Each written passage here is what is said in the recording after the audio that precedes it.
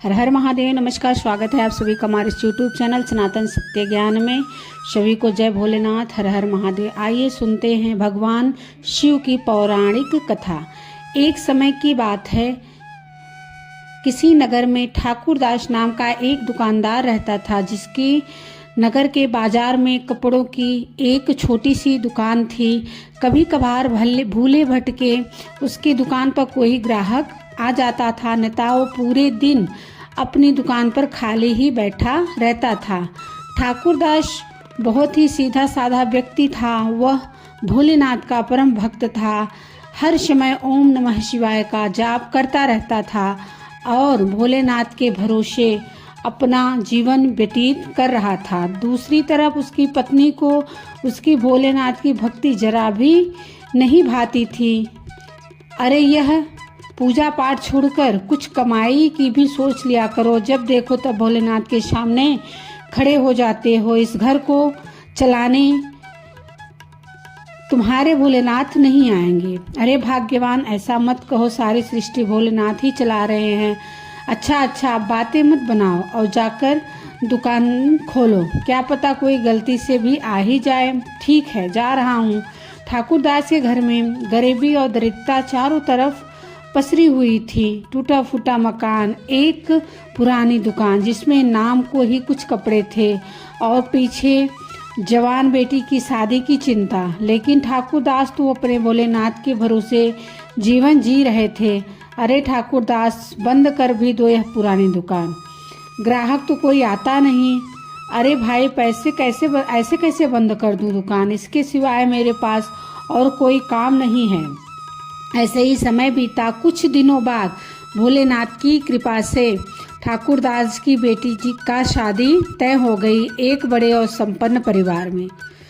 शादी का समय नज़दीक आता जा रहा था।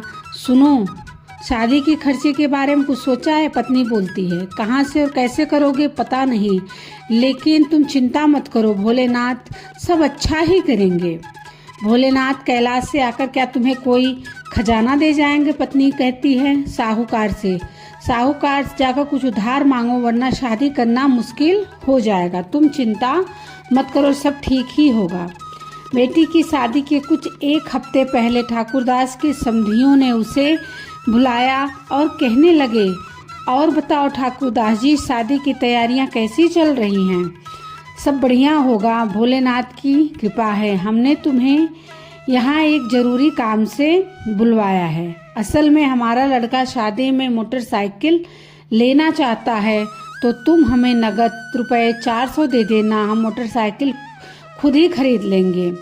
रुपए 400? लेकिन वो क्या हुआ, पैसे नहीं है तो मना कर दो, हम बारात लेकर नहीं आएंगे। नहीं, आप यह क्या कर रहे हो? 6 दिन बाद तो शादी है, बारात नहीं आई तो हम लोगों को क्या जवाब देंगे? मेरी बेटी की बहुत बड़ी बदनामी होगी।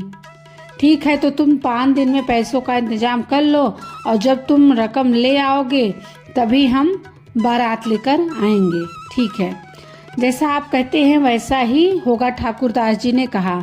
मेरे भोलेनाथ कृपा करेंगे। मैं 3 दिन में सारी रकम आपको लाकर दे दूंगा। परेशान होकर ठाकुरदास घर पहुंचते हैं और अपनी पत्नी को सारी बात बताते हैं। अरे, ये तुम क्या कर आए? 3 दिन में 400 रुपए कहाँ से आएंगे? पत्नी ने बोला। अब क्या होगा, मेरी बेटी की शादी कैसे होगी? तुम चिंता मत करो, मैं सारा इंतजाम कर दूंगा। ठाकुरदास जी बोले, हमारी बेटी की शादी जरूर होगी। बोल तो ऐसे रहे हो जैसे कोई खजाना मिल गया हो। 400 रुपए तुम 3 दिन में कहाँ, 3 साल में भी नहीं कमा पाओगे। मैं 3 दिन में पूरे 400 उन्हें दे दूंगा। ठाकुरदास जी अपनी पत्नी से बोले, मेरे भोलेनाथ कृपा करेंगे, सब ठीक हो जाएगा। देखती हूँ अब तुम्हारे भोलेनाथ कितनी मदद करते हैं। हे प्रभु, हे मेरे भोलेनाथ, आपका ही आसरा है, मदद कीजिए प्रभु, मदद कीजिए। चिंता में डूबा हुआ ठाकुरदास अपनी दुकान पर जाकर बैठता है और मन ही मन भोलेनाथ को याद करता है। बैठे बैठे सुबह से शाम और शाम से रात हो जाती है और ठाकुरदास की दुकान पर एक भी ग्राहक नहीं आता। आ गए, कुछ कमाई हुई नहीं, आज तो कोई ग्राहक नहीं आया। ऐसे ही कमाओगे रुपए 400? अगले दिन सुबह सुबह ठाकुरदास फिर से भोलेनाथ को याद कर दुकान पर जा बैठते हैं। दूसरा दिन भी निकल गया और 1 रुपए की भी कमाई नहीं हुई। पत्नी बोलती है, क्या हुआ, आज आया कोई ग्राहक? नहीं, आज भी कोई ग्राहक नहीं आया। 2 दिन निकल गए हैं, अब 1 दिन में क्या कमा लोगे? मेरी बात मानो तो अपनी ये दुकान बेच दो। 400 ना सही तो 200 तो मिल ही जाएंगे। नहीं नहीं, मैं दुकान नहीं बेच सकता, अभी 1 दिन का समय और है, तुम देखना ना कोई चमत्कार मेरे भोलेनाथ अवश्य करेंगे। 2 दिन से 1 रुपए भी नहीं मिले, 1 दिन में पूरी रकम स्वयं तुम्हें देने आएंगे। सारी रात ठाकुरदास जी चिंता में जागते रहे। वो समझ ही नहीं पा रहे थे कि आखिर क्या करें।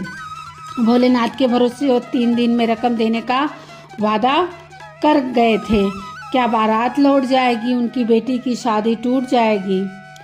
वो सोच रहे थे। नहीं नहीं, भोलेनाथ कृपा करेंगे, ऐसे विचार सारी रात उनके दिमाग में चलते रहे। अगले दिन ठाकुरदास दुकान पर जाकर हैरान होकर बैठ गए। मन में अपने प्रभु पर विश्वास के साथ वह बैठे रहे। बैठे बैठे दोपहर हो गई। दोपहर में सारा बाजार बंद हो जाता है। सभी दुकानदार अपने अपने घर जाते थे। खा पी कर आराम कर 4 बजे वापस दोबारा बाजार खुलता था। उस दिन ठाकुरदास घर नहीं गए और दुकान में बैठे रहे, भोलेनाथ को याद करते रहे और उसकी आंखों से आंसू बहने लगे। हे प्रभु, हे भोलेनाथ, मैं आपका दास हूँ, आपके आश्रय हूँ। हे प्रभु, मैं जानता हूँ आप मेरी सहायता जरूर करेंगे। प्रभु सहायता मेरी जरूर करेंगे। तभी अचानक बाजार में एक आदमी हैरान परेशान भागता हुआ ठाकुरदास के पास आया और बोला, अरे भाई, मेरी मदद करो, मेरी मदद करो। ठाकुरदास बोलते हैं, क्या हुआ भाई, तुम इतने परेशान क्यों हो? अंदर आओ, यहाँ आकर बैठ जाओ। क्या बताऊँ, आज मेरी बेटी का लगन है और अचानक लड़के वालों ने 20 साड़ियाँ और मांग ली। पूरा बाजार घूम आया हूँ लेकिन सारी दुकानें बंद हैं, इसलिए तुम्हारे पास आया हूँ, मेरी मदद करो भाई। कहिए मैं आपकी किस तरह से सहायता कर सकता हूँ? ठाकुरदास बोले, भाई अपनी दुकान में से 20 साड़ियाँ दे दो, मैं सारी रकम अभी के अभी तुम्हें अदा कर दूंगा। यह सुनते ही ठाकुरदास की अटकी हुई सांसें तेजी से चलने लगी। खुशी के मारे उनकी आवाज़ भी नहीं निकली। क्या हुआ भाई, क्या तुम मुझे साड़ियाँ दे दोगे? हाँ हाँ, ये लो, सारी दुकान में से आपको जो साड़ी पसंद आए आप ले लो, ठाकुरदास जी ने कहा। आदमी ने ठाकुरदास की दुकान से साड़ियाँ खरीदी, उसे 6000 रुपये देकर वहाँ से चला गया। ठाकुरदास हाथों में पैसे लिए रोते हुए खड़े रहे और मन ही मन भोलेनाथ को धन्यवाद करने लगे कि हे प्रभु, आपका बहुत बहुत धन्यवाद। मेरे प्रभु, आपने आज दिखा दिया कि अपने सच्चे भक्त की मदद करने आप स्वयं आते हो। हे प्रभु, आपका ही आसरा है, बस आपका ही आसरा है। हे प्रभु, जय भोलेनाथ, जय भोलेनाथ।